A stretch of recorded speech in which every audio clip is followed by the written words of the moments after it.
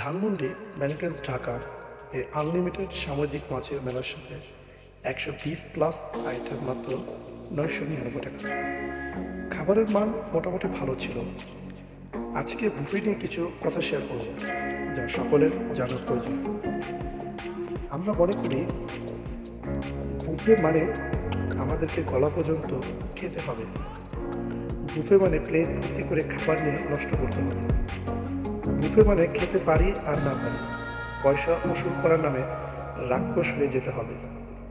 এমন কালচার শুধু মাত্র আমাদের দেশেই পাওয়া যায়।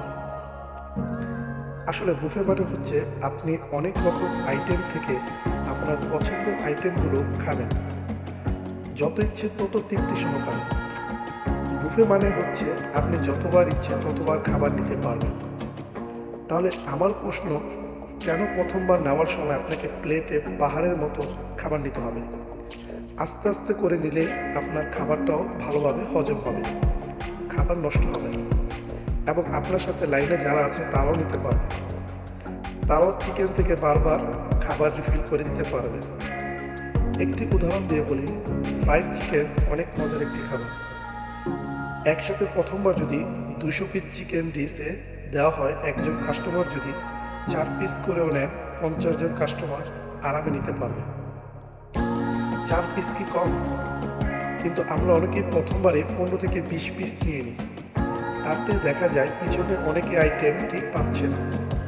চিকেন থেকে আবার রিফিল করতে মিনিমাম 20 মিনিট সময় লাগে। সব রেস্টুরেন্ট মালিকদেরই কলিজা ফেটে যায় বুফের শেষে যখন তারা ডাস্টবিনের দিকে তাকায়। মনে মনে ভাবে, এভাবে মানুষ খাবার নষ্ট করতে পারে? খাবার নষ্ট করা কোনো ধর্মেই জায়েজ নেই এবং আল্লাহ তাআলা খুবই অপছন্দ করেন। তাই দয়া করে যারা আমার এই ভিডিওটি দেখবেন তারা অত্যন্ত বুফে খেতে গেলে দয়া করে খাবার নষ্ট করবেন না। এই ভিডিওটি তাদের জন্য যারা না বুঝে খাবার নষ্ট করে, যারা অপচয় করে না তাদের জন্য নয়।